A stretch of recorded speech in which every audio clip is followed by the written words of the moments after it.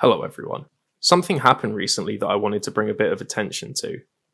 On the 27th of September 2021, Britain First was reported to have been officially registered as an electoral party. This means that, in the extremely unlikely event that they gained any representation in Parliament or the mainstream media, they would theoretically have the ability to begin enacting their policies. Now, for those of you unfamiliar with Britain First's official party policies, and I can assume that's quite a few of you considering how they obfuscate and misrepresent them so often, this alone might not mean much to you. And that goes for a lot of their support in membership too. If there's anyone here that supports Britain First, I highly recommend you hear me out before making your mind up. All I want to do is examine what you're voting for and outline what these policies will actually mean further down the line. So let's take a look. As soon as you open their list of policies, you should notice something strange, and that's how the list of policies is ordered. Now, this is a minor thing, but it says a lot.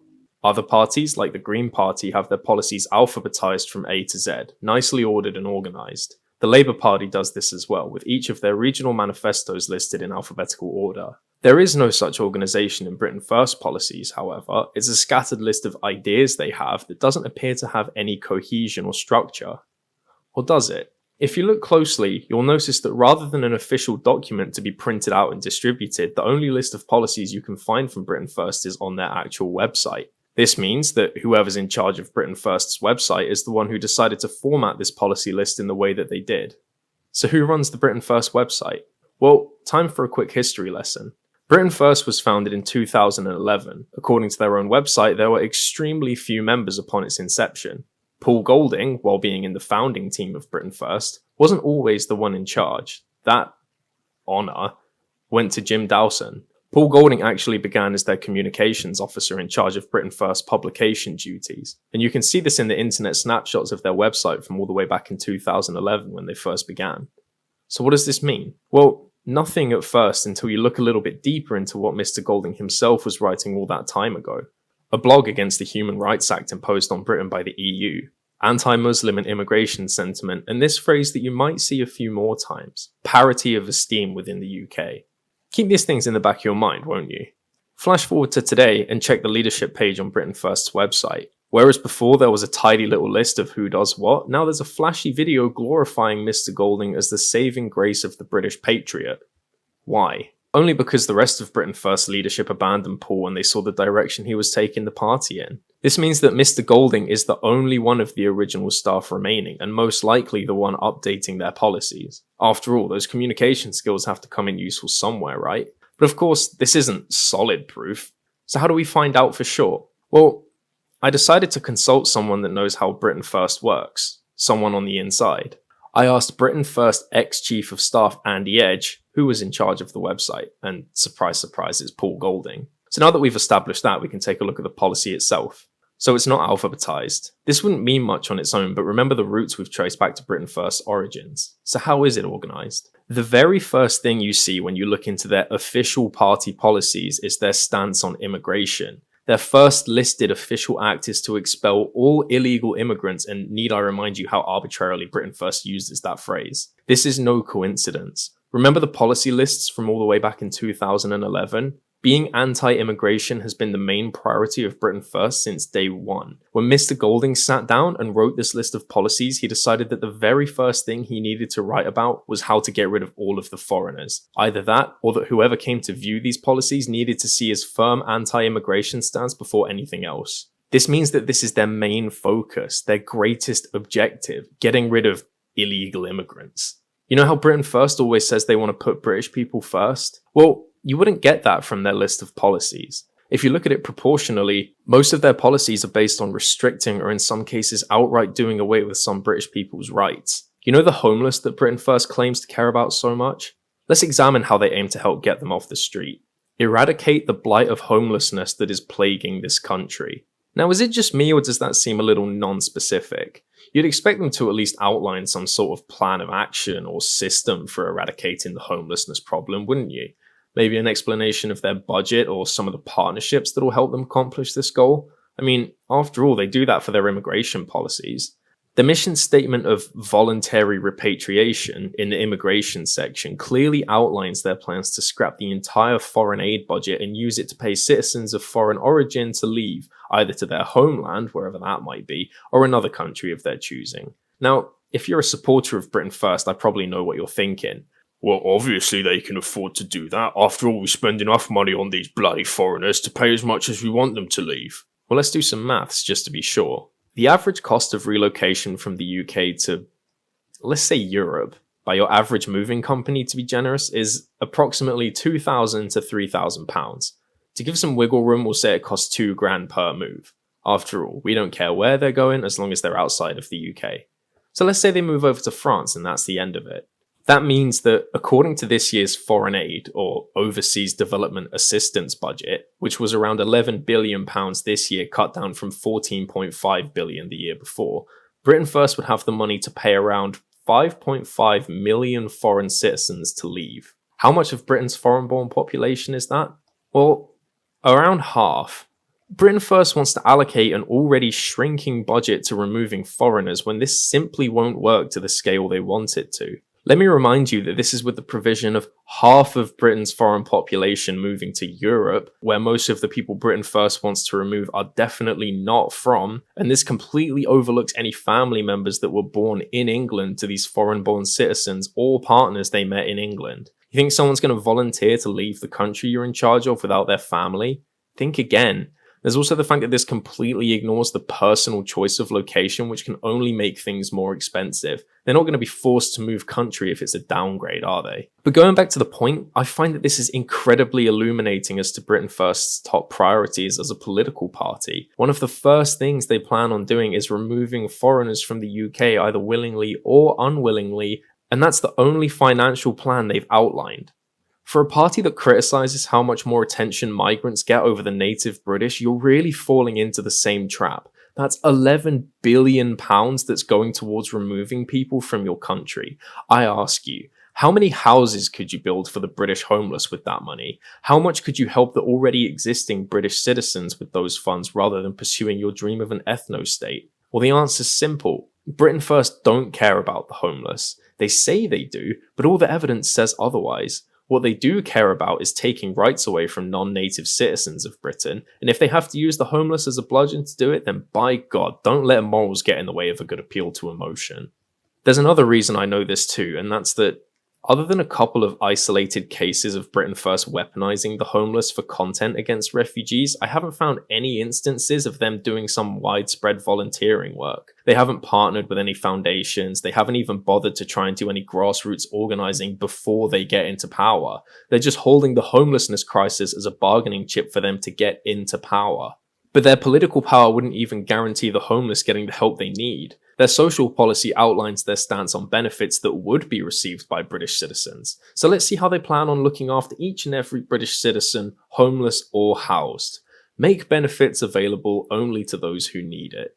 Now, on its own, this statement doesn't seem too bad until you consider that there already is a system in place for determining if you need benefits or not. It seems that Britain First wants to further limit who has access to benefits so that they don't have to spend as much on the British citizens who apply for it. This is reinforced by their following claim that they want to introduce a workfare scheme, where you have to work in order to gain benefits. Now, excuse me if I'm mistaken, but I'm certain I see a contradiction here, Mr. Golding. If, for whatever reason, you didn't have the ability to work, say you become disabled or blinded while serving in the armed forces, you wouldn't have access to social welfare because of this lack of a job. But if you didn't have the ability to work, surely this would be a pretty important factor when considering how badly you needed benefits to survive, no? This is what I mean when I say that Britain First doesn't care about those they claim to care about. As soon as you stop being useful as a rhetorical tool, you fall right out of favour with them. There's an interesting line from the ex-deputy leader of Britain First, Jada Franzen, that illustrates this perspective much clearer than I could ever hope to, in the video in which she and Paul Golding harass a Polish migrant living in a tent.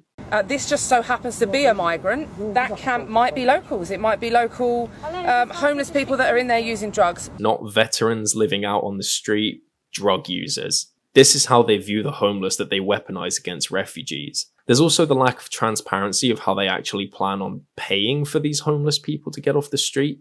You'd think they'd accomplish it through taxes until you see in their economic policy list that they plan on reducing taxes, which will only make it more difficult to pay for these people's homes. So we're off to a pretty shoddy start when it comes to Britain First taking care of the citizens that would have given them power.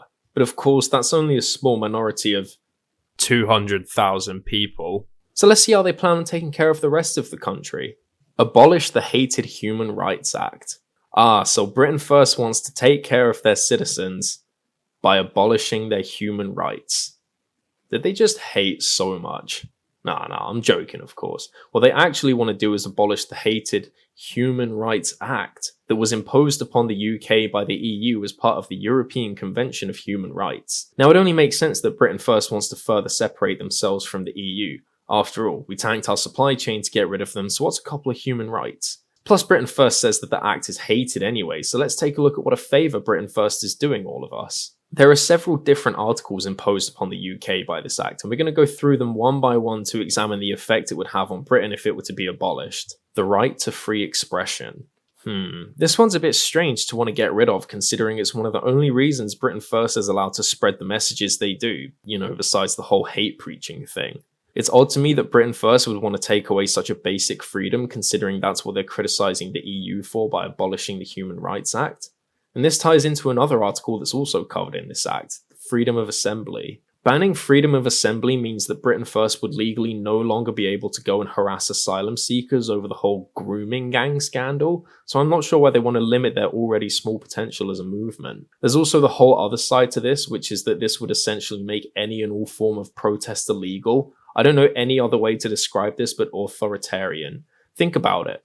For a government that wants to fight against censorship and PC culture, why else would they criminalise protests and dissenting opinions? Oh, hang on a second. I'm remembering something. Britain First doesn't hate this article because of the freedom of assembly. They hate it because it exempts freedom of assembly that negates other people's freedoms. In case you didn't know this, the leaders of Britain First managed to get themselves banned from, get this, the entirety of Luton. That's 43 square kilometres of land that they just can't get into. This is because Paul Golding and Jada Franzen, in all their wisdom, took part in anti-Muslim patrols, where they skulked around, loitered, and intimidated Muslim locals. Of course, the Human Rights Act doesn't cover skulking around city alleyways to harass innocent people, which is why Mr. Golding has such a chip on his shoulder when it comes to this article in particular. This selectiveness of human rights is illuminated by these two proposals hidden a little deeper in their manifesto, a Bill of Rights that gives you freedom with no exceptions. But wait a second, that's the exact same thing covered by the act that you've just abolished. How does that add up? Why are you getting rid of freedoms and then reintroducing them? Well, there's an idea I have as to why Britain First is pulling this little trick, but I'm not going to tell you what it is just yet. I want you to take a look at a few more of their policies before I tell you what I think, and then we'll examine what Britain First is really trying to do. Before we move on to something else though, I have to point this out. Britain First highlights that they want freedom of speech and assembly with no exceptions.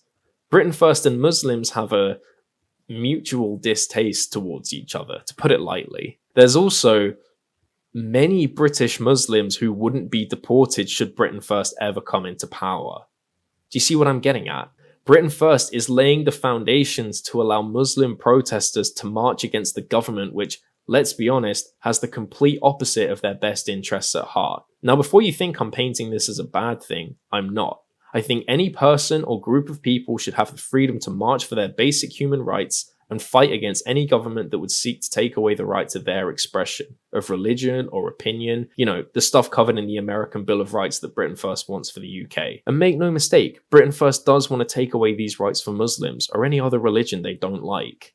Under the religion segment of their policies, they describe once again the rights that they would take away from British citizens should they ever come into power. I'm beginning to notice a trend here. The one that jumps out immediately here is the ban on religious face coverings in public. This is a pretty thinly veiled attempt at doing what the British far right has attempted for a while now, which is to ban the burqa, the religious headdress customarily worn by Muslim women when out in public. Britain First doesn't want to say it's a Muslim-specific ban because that gives room to valid criticism, and we can't have that. They're introducing a general rule when we know who the target really is. There's also their admission that they want to ban multi-faith teaching in schools and focus predominantly on Christianity in both curriculum and assemblies, alienating a massive portion of the UK's religious population by excluding or acting hostile towards their beliefs. Finally, there's the ban on religious ritual slaughter, by which they mean halal meat, but they have to hide it behind a thin veil of ambiguity. Halal slaughter is different to regular slaughter because, in theory, there's no stunning before the animal's finished off, and the practice has been widely criticised for the lack of considerations towards animal welfare. What many people don't know is that Britain First has actually made a documentary about the horrors of halal slaughter, titled Land of Hope and Glory, named after their official party anthem. This documentary, using hidden cameras, has uncovered the brutal practices of halal slaughter and farming, wherein the animals are kept in dark, cramped cages with no sunlight. The animals will develop infections because of the lack of space, and the conditions by every metric are considered awful. I highly urge you to check the link below to see it for yourself before you continue watching my video. It's truly awful and only highlights the barbarism of these practices. When the animals, like chickens, are transferred to be slaughtered, their wings and legs will be broken, which causes even more unnecessary pain. Many of the animals are still conscious when their throats are cut due to a lack of stunning, and this can lead to more distress as the animal dies a slow, agonizing death. Thank you, Britain First, for exposing this awful industry. Of course, there's a twist. What I've just described to you is how most animals in the UK are farmed and slaughtered, not just in the halal method. See, what most people ignore is that animal welfare in the UK is generally lacking. The documentary I listed, not made by Britain First. In fact, it's an exposé on British farming practices in general. If you listened to what I just described and were horrified by what you heard, then you don't hate halal slaughter, but all British industrial farming. The stunning of the animals? Irrelevant, when you consider that upwards of millions of animals each year are improperly stunned, leading to a much more painful death than is necessary, even in non-halal slaughter. I see no difference between halal and non-halal slaughter if they both cause the animal to suffer long before their death. Britain First doesn't care about animal welfare, they care about banning the scary Muslim method of killing animals, ignoring the fact that conventional British slaughterhouses will put pigs into literal gas chambers that scorch their eyes and their lungs, will boil chickens alive, many of which were improperly stunned, because you want to eat meat. This is not an issue of Muslim versus non-Muslim practices, but an issue inherent to the industry itself. This ban is superficial, meaningless, and relies on your fear of a scary word which ultimately means nothing in the face of what you contribute to every day by buying these animal products. So, with that being said, do you really, in your heart of hearts, believe that the British Muslim population would just take this lying down? That they would accept the selective enforcement of rules and morals in a way that is designed to harm them and their culture? Of course not. Britain First is actively creating the conditions through which a group they already believe is hostile towards the UK will become hostile towards the UK government. But of course, Britain First have given the UK the right to assembly and expression without exception. So the Muslim population of the UK would have the freedom to march through London and protest these new restrictions, right? Well, do you really believe that? Do you really think that Britain First would allow Muslims the right to freely and openly protest their rights being taken away? Do you really think they would entertain these protests because that's their freedom and right to do so? Given their track record with Muslim protests in the past, somehow I doubt it. It's beginning to seem that Britain First doesn't actually care about individual freedoms as much as they say they do, at least when it comes to Muslims. What else is there in this act that they want to abolish? Freedom from discrimination. Now, why would you want to go and get rid of something like that? Racism is when a person hates or discriminates against another person. It's quite hilarious that Britain First is so constantly accused of racism that they want to remove all legal weight behind these accusations and the protections for the people that accuse them. It's almost like they only want to get into power to make things better for themselves. Speaking of which, this brings me to the next article of interest from this act, the right to a fair election. Why would this be? Well, for starters, there's the fact that Britain First is a deeply unpopular party in England, so if they play fair, they lose. Let me remind you of Paul Golding's ability within Britain First to veto any opposition he wants. Do you really think he would afford more privileges to his political opponents than he would the members of his own party? This jams with their policy goal of making sure every party gets equal coverage within the media, regardless of size. Now, this sounds nice on paper until you realise that for a party like Labour, which represents 35% of the British population, they're getting the same amount of coverage as Britain First, which in their last mayoral election received 1% of the vote. They're dragging down the big guys whilst elevating themselves for what I can only describe as a participation trophy. Britain First is just subtly trying to skew the votes in their favour in an attempt to avoid another incident like when Paul Golding was so angry that London elected a Muslim mayor that he turned his back to him because he only received 1% of the vote. Getting back to Britain First's vendetta against Islam and the fact that this grudge permeates every single one of their policies, let's turn our attention towards the religious beliefs of Britain First for a second. Britain First is a Christian organisation. The Human Rights Act provides freedom of religion and religious beliefs and the expression of those beliefs. Britain First is abolishing these rights in favour of promoting a more Christian nation. This is reflected in their policy that actively rejects a multi-faith approach in schools, as well as reintroducing multiple new Christian national holidays, the enforcement and celebration of which will be enforced by law. State-mandated Christmas, that's a new one. No, they actually want to mandate 2 national holidays that celebrate British saints, St. George's Day and St. David's Day. The promotion and celebration of these holidays by public officials would be enforced by law, to guarantee that you're promoting British values to a satisfactory extent. Why is this important? Well, the answer lies in another question. What happens if you fail to comply with this law? So, you've just failed to promote a national holiday to its fullest extent. You only flew 4 flags instead of 5, and the government takes issue with that.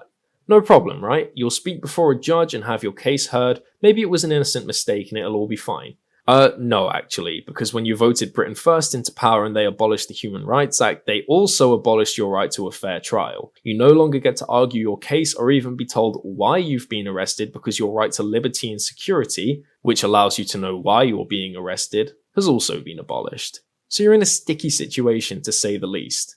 What happens now? Well, there's a few possibilities. The most likely is that you get a slap on the wrist and do some light community service or something. Picking trash up off the street doesn't sound so bad, does it? Until you realise that Britain First doesn't want you to pick up trash, because they've reintroduced the usage of chain gangs to aid with public works. Chain gangs are a group of prisoners and offenders shackled together and forced to do hard labour. They have roots in actual slavery and have mostly been outlawed due to their inhumanity. Britain First wants to shackle you for not promoting a religious holiday hard enough. Why is this important? Under the religion section of Britain First policies, they highlight that they want to close down institutions that promote extreme concepts such as slavery. When under their rule, you have the potential to be shackled and forced to do hard labour because you didn't promote a religious holiday hard enough. If you're an official of the law and you fail to enforce that law, maybe because of your own personal investment in not doing so, that now counts as political corruption, which under Britain First warrants a much harsher punishment. Even if it isn't, good luck convincing them otherwise because you just pissed away your right to a free trial. Do you see what I'm getting at here? Britain First wants to abolish religious slavery until it's their religion and slavery that benefits them. And thus we arrive at the central thesis of this video, and my main reason for making it. Britain First's policy is a document dedicated entirely to justifying why it's alright when we do it, I promise. This is highlighted all throughout their official party policies. Their media policy highlights a desire to ban any journalist who knowingly published false information and warrants that a correction be issued should this be the case, with the same amount of coverage as the original claim. Under this rule, Britain First themselves would be liable to these charges. After all, I've already explained how they lie in their online videos. There's been no correction made, and it's very possible that Mr. Golding knew he was lying when he cherry-picked those newspaper headlines. Under this rule, that would guarantee him a place in those chain gangs he wants to reintroduce. Oh, but of course, once again, he won't do it because those rules are for the rest of us, just not him. Britain First is selective with the rights they grant ordinary citizens versus their own people. Think of the Bill of Rights they want to introduce for the UK. They want to bring in freedom of assembly and freedom of speech when that was already in the act they just abolished. Why? Because Britain First only cares about the rights that serve them. They want to get rid of all those pesky human rights that don't serve an advantage to Mr. Golding's pursuit of power, and then sneakily reintroduce those that they do like under a different name, as if to pretend that they were the ones responsible for their introduction. They have everything they benefit from, and nothing that benefits the nation as a whole. Under this party's rule, capital punishment would be reintroduced. They want to bring back the death penalty for terrorists. It sounds reasonable, right? Until you realise that each dosage of the lethal injection as it's used in Texas costs $1,500 per dosage, or roughly £1,000. Not to mention the cost of housing prisoners on death row, which can go up into the tens of millions. How many homeless veterans could that money help, Mr. Golding? Once again, these damn criminal scroungers take priority over those that really need it. There's also the fact that Britain First would not be completely innocent if these measures were put into place. Paul Golding has been charged under the Terrorism Act after refusing to show the contents of his phone when returning from Russia. Under these measures that he wants to introduce, he would be facing a possibility of the death penalty, and Britain First as a whole would be facing extra scrutiny because of their affiliation with him. Without the right to a fair trial, Mr. Golding has basically conceded his human rights in his own trial. He now faces the death penalty. If he decides to not undergo the correct legal proceedings, or lack thereof, in his own conviction, even after imposing them upon himself by law, that is corruption, and therefore, in Britain First's own words, also worthy of higher sentencing. So Mr. Golding has himself backed into a corner. He can either stand by his words and be sentenced to death, or make an exception for himself and admit his corruption. Now, if you think Mr. Golding is actually brave enough to stand by these penalties, I don't know what to tell you. I think it's pretty obvious that he wouldn't want to bear the brunt of these sentences. Those are for other people. To anybody that supports Britain First, this is what your guys stand for: the selective enforcement of the law depending on if it benefits them to do so. So Mr. Golding, if you want to prove to your supporters that you actually care about Britain, and that you genuinely think that terrorists getting the death penalty is what this country needs, by all means, you first.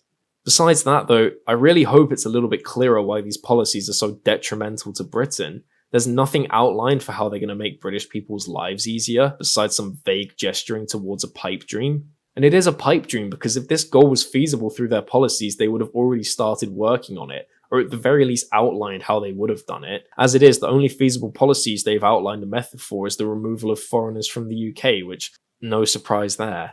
And the thing is, the same goes for all of their policies.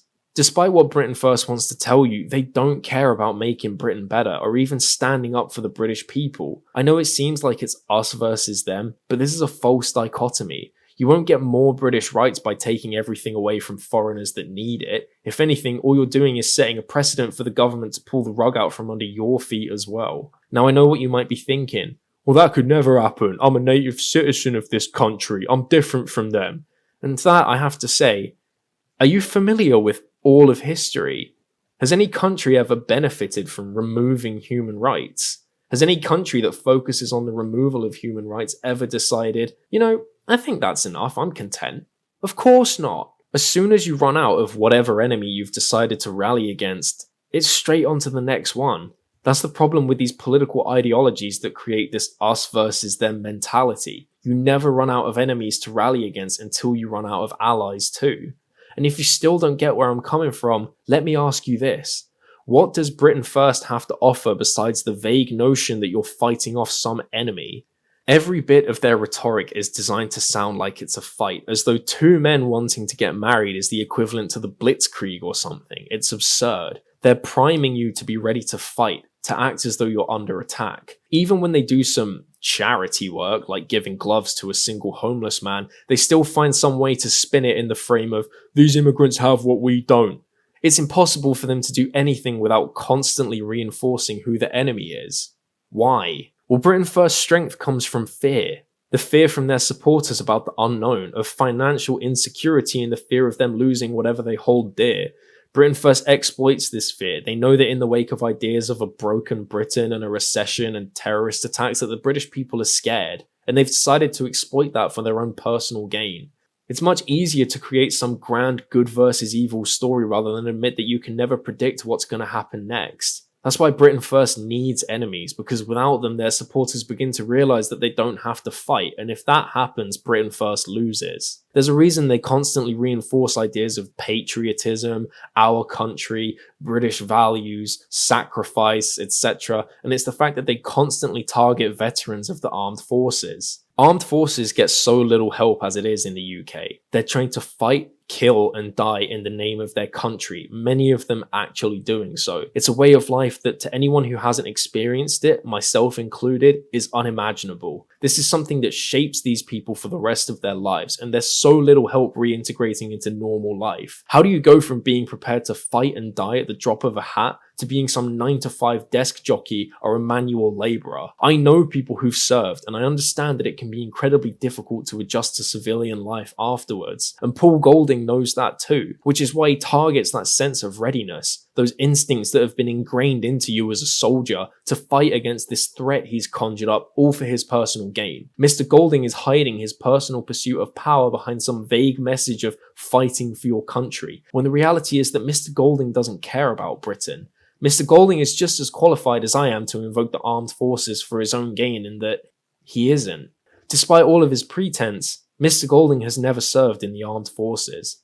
You wouldn't know this based on the fact that he tries so desperately to seem like he has. Calling leading members of Britain First staff, driving around in military trucks and a battle bus, even being called an officer for writing opinion pieces, for God's sake. He's a grown man playing soldier, invoking military imagery to further his own credibility and power. Don't let his pretenses get in the way though. The family of Lee Rigby, the soldier who was murdered in the street a few years back, has consistently requested that Britain First stop invoking his name to spread hatred, and he's often ignored them. Does that sound like a man who respects the legacy of dead soldiers? Or how about the fact that Mr. Golding would be voluntarily creating the conditions under which so many more British soldiers would die under his regime? Under Britain First rule, Britain would abandon NATO and instead aim to create a smaller, weaker version comprised of Western countries. After this inevitably fails because Britain has nothing to offer, what then?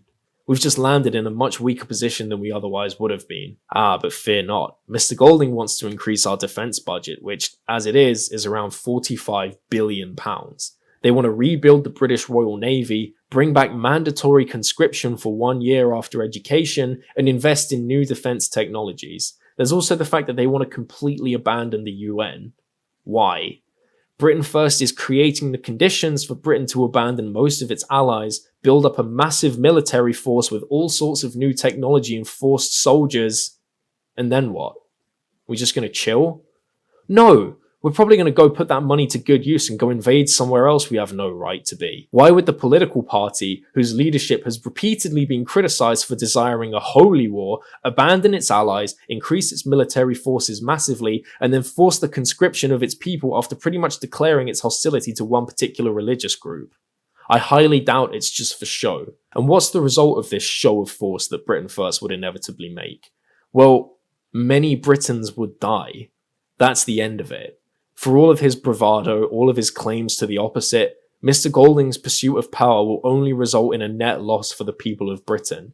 The loss of rights, the loss of freedoms, the loss of money, and most importantly, the loss of life. Britain First is a far greater danger to the British people than whatever threat they conjure up from your imagination, because of the precedent they set for their own people to get away with whatever they like. Why else would they reduce your legal rights except only when it favours them? Why else would they remove any fairness in the trials of their political enemies? Why else would they want to bring back the death penalty, for God's sake? Britain First wants free reign, carte blanche, to imprison, try, and execute anybody that gets in the way of their isolationist, militaristic, religious death cult.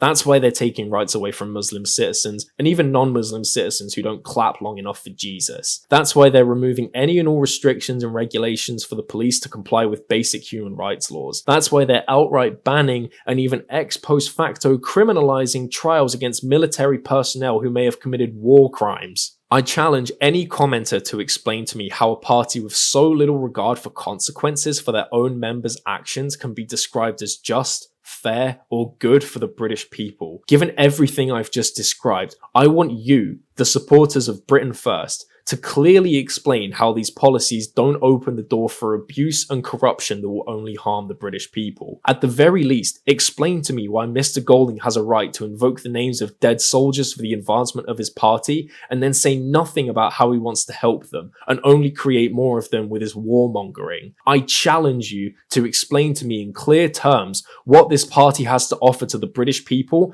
besides satisfying your bloodlust towards some Afghan kid who came over here on a boat. And if you can't answer any of these questions, why the fuck do you still want to vote for them?